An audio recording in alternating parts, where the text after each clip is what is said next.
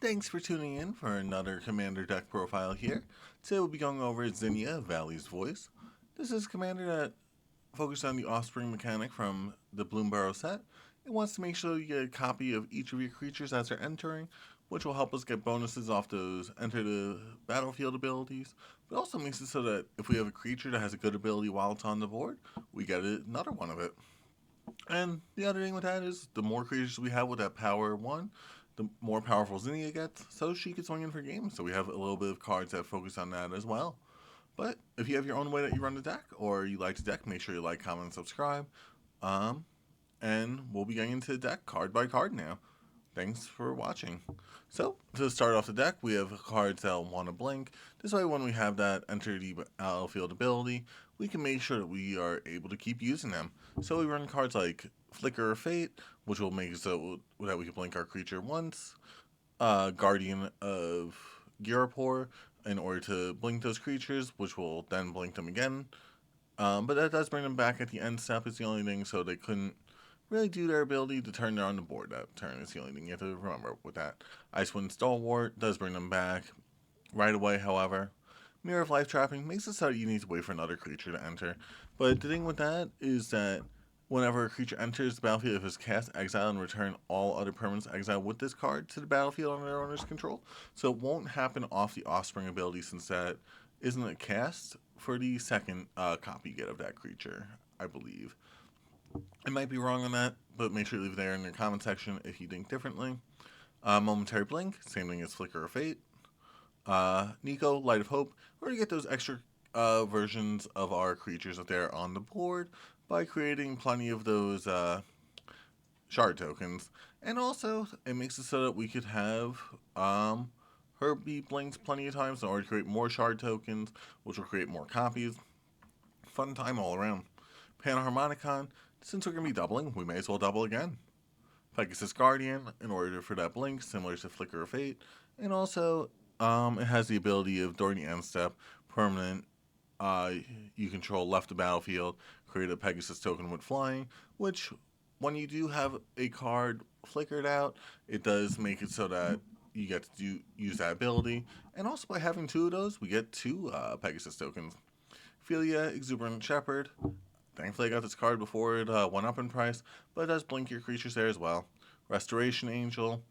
Exit target non-angel creature, so plenty of our creatures in this deck are non-angels. We do have a few angels, but it could potentially go infinite with Icewind Stalwart, since it has a come in.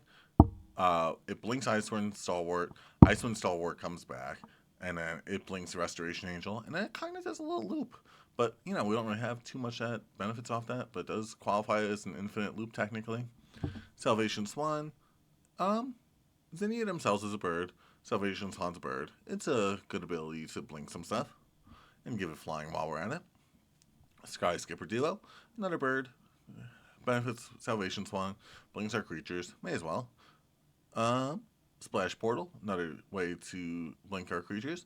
And also, if we're doing it to a bird or a frog or an otter or a rat, we get to draw a card off it, so may as well. Rapid Augmenter, whenever another creature you control base power 1 enters, it gets haste. So that does help out with the offsprings that we have there on the board. And whenever another creature you control enters, if it wasn't cast, put a +1/+1 counter on this creature. And it can't be blocked this turn, so if we get that card off the Offspring ability, it'll make it so that this creature is stronger and can be blocked while we're at it.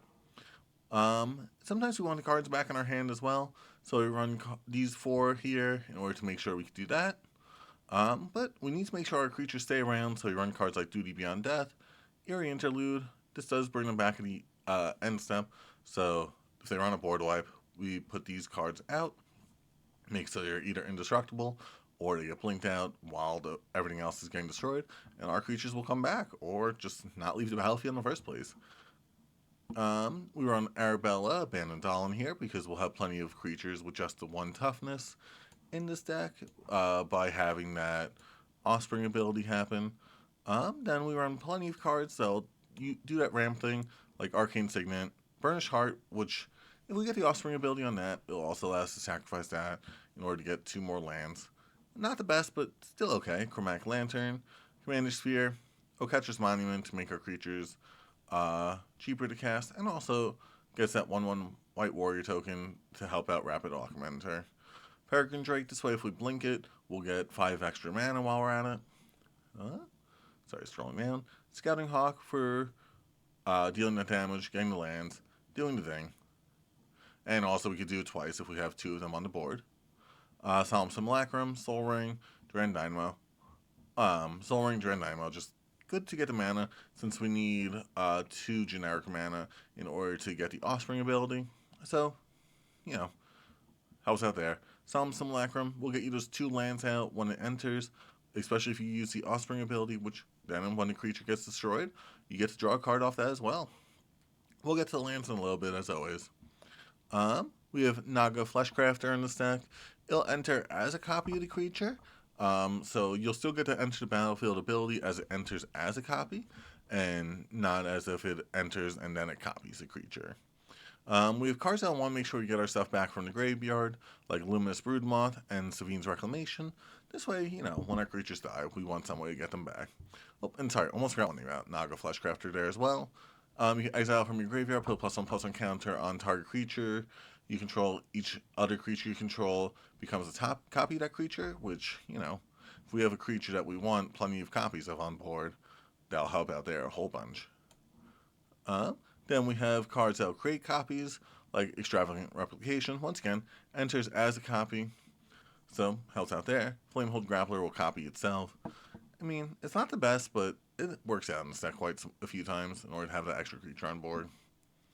For some removal, we have Chaos Warp, Generous Gift, Junk Winder, which, when we'll have those tokens on board, it's basically 2 blue mana to cast eventually.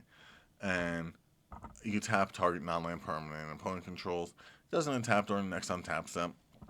It's not removal, but it basically is. Lore into the Third Path to get rid of those artifacts, enchantments, and a little bit of draw power while we're at it. Parting Guest, it could exile non-token creature, but we could also blink that creature if need be.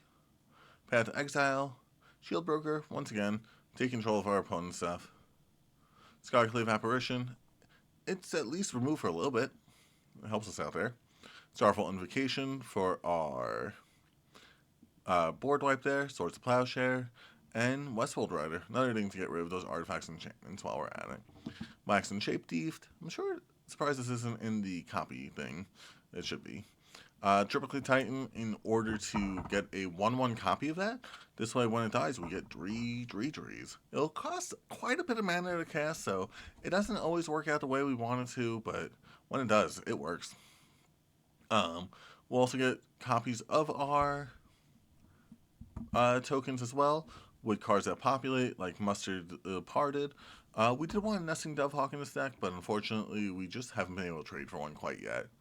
Ancient Gold Dragon, something that when it deals damage, it gets quite a few tokens on board, which will help power up Zinnia, but also just, having 2 of them on the board, you basically roll with advantage as if you're playing D&D.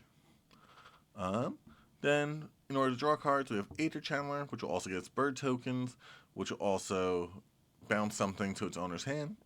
Arthur, Marigold Knight, not so much draw power as much as is cheating out a creature. Circuit Mender, this will also draw you a card when it leaves the battlefield, so potentially 2 if you use the Offspring ability, but also if you blink it, you'll get that 2 life, you'll get to draw a card. Helps you out there. Cloud Blazer, draw 2 cards, gain 2 life. Blink it, do it again. There are Port Mage, draw a card anytime you blink a creature, essentially. Helpful Hunter, basically draw 2 cards when you Offspring it. It's 4 cost, but essentially we're just wanting to get our cards on the board to start off with, to get our commander in order to get that on the board turn 4. Inspiring Overseer, same as Helpful Hunter. Just Kai Shardkeeper, it's flying, it's haste, it draws you cards. Mentor the Meek, whenever a creature you control power 2 or less enters, you may pay 1 to draw a card. So, if we have that 3 extra mana, say if we had Duran Dynamo on board, it helps out quite a bit. Pilot Prodigy, 2 of those on board, keep evolving, keep getting that extra mana. Rumor Gatherer, draw power. Season of Weaving, if you need a budget Cyclonic Rift, return each non-land, non-token permanent to its owner's hand. It doesn't get rid of tokens, but still, I mean, with a deck that has so many tokens, we don't want it to. And Spirited Companion is just another version of Helpful Hunter there. But yeah, thanks so much for tuning into the video. Make sure you like, comment, subscribe so you'll stay tuned for the next one. And as always, if you have your own little tips or tricks as to how you'd run the deck, make sure you leave those down there in the comment section. But thanks so much for watching. I hope you have a good rest of the day.